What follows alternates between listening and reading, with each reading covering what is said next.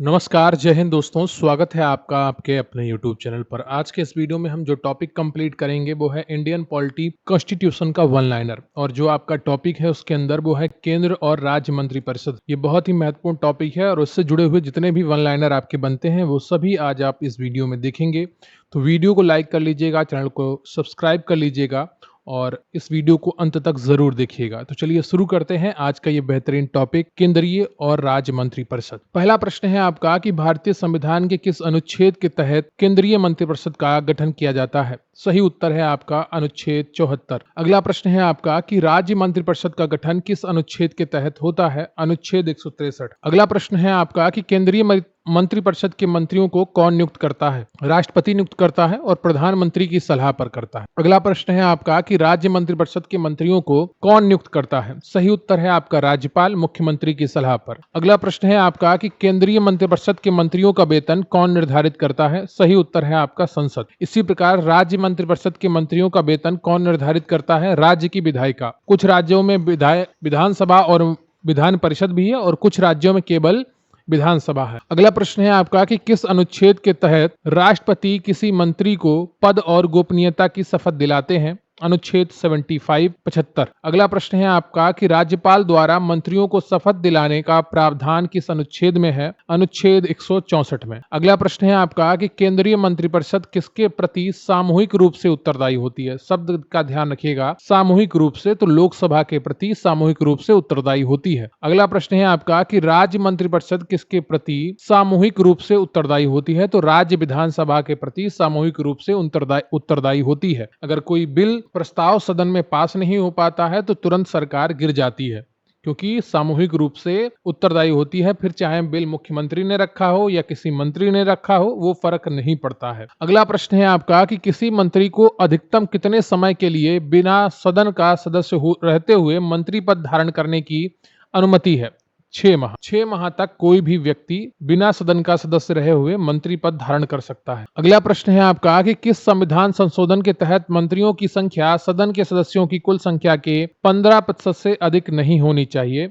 91वां संविधान संशोधन। कौन सा है? 91वां संविधान संशोधन। किस संविधान संशोधन के तहत मंत्रियों की संख्या सदन के सदस्यों की कुल संख्या का 15% से अधिक नहीं होनी चाहिए? 91वां संविधान संशोधन। अगला प्रश्न है आपका कि केंद्रीय मंत्रिपरिषद द्वारा दी गई सलाह पर न्यायालय विचार कर सकता है या नहीं? बिल्कुल भी नहीं कर सकता है। अगला प्रश्न है आपका कि कैबिनेट मंत्रियों की संख्या का निर्धारण कौन करता है? प्रधानमंत्री करता है, संविधान के दायरे में रहकर। और ये जो सलाह की बात की गई है तो वो राष्ट्रपति को जो मंत्रिपरिषद सलाह देती है उसके पर न्यायालय विचार कर सकता है क्या? नहीं कर सकता है। ये चीज है यहाँ पर। अगला प्रश्न है आपका कि राज्य मंत्रिपरिषद की सलाह पर राज्यपाल द्वारा लिया गया निर्णय किसके प्रति बाध्यकारी होता है?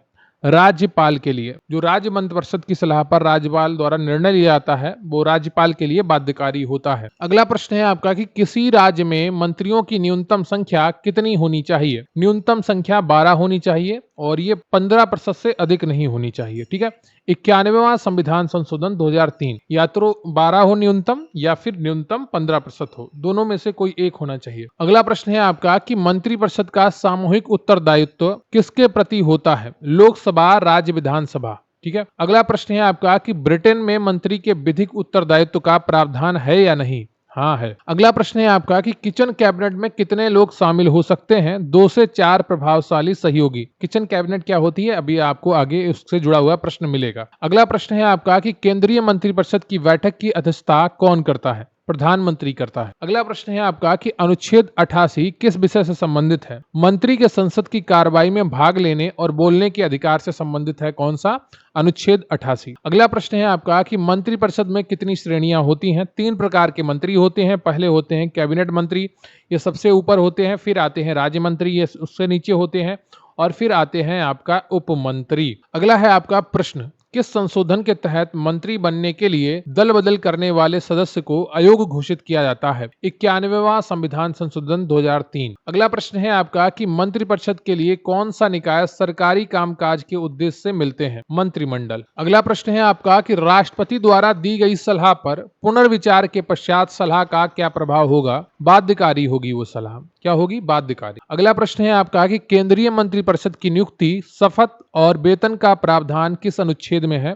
अनुच्छेद 75 में है। ठीक है, अगला प्रश्न है आपका कि राज्य मंत्रिपरिषद के मंत्रियों का वेतन किसके द्वारा निर्धारित किया जाता है? राज्य विधायिका के द्वारा। अगला प्रश्न है आपका कि केंद्रीय मंत्रिपरिषद के सदस्यों की अधिकतम संख्या सदन के कुल सदस्यों की कितने प्रतिशत से अधिक नहीं होनी चाहिए? 15% से अधिक नहीं होनी चाहिए। अगला प्रश्न है आपका कि केंद्रीय मंत्रिपरिषद किसके प्रति सामूहिक रूप से उत्तरदायी होती है? सही उत्तर है आपका लोकसभा के। अगला प्रश्न है आपका कि राज्य में मुख्यमंत्री की नियुक्ति कौन करता है? सही उत्तर है आपका राज्यपाल। अगला वन लाइनर है कि केंद्रीय मंत्रिपरिषद में मंत्रियों को किन 3 श्रेणियों में बांटा गया है? कैबिनेट मंत्री, राज्य मंत्री, उप मंत्री। अब बात करते हैं कि किचन कैबिनेट में कौन कौन शामिल हो सकते हैं। एक तो प्रधानमंत्री स्वयं होता है, प्रभावशाली सहयोगी मित्र और परिवार के सदस्य भी शामिल हो सकते हैं। वैसे क्या जो सामान्यता क्या होता है, प्रधानमंत्री और उसके ऊपर के जो 3-4 बहुत ही भरोसेमंद मंत्री होते हैं, उनसे प्रधानमंत्री चर्चा करता है हर विषय के बारे में और उनको किचन कैबिनेट कहा जाता है। ठीक है, अब इसमें सहयोगी हो सकते हैं, मित्र हो सकते हैं, परिवार के सदस्य हो सकते हैं जो उनकी बातों को